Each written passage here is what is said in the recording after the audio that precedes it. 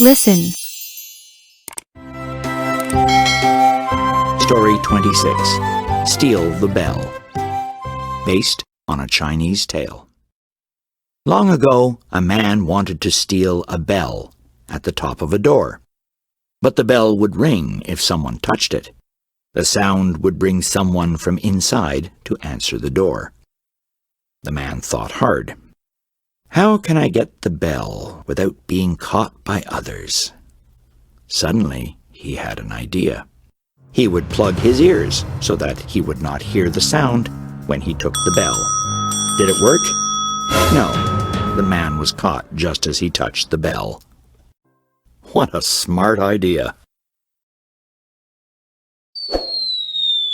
Read aloud.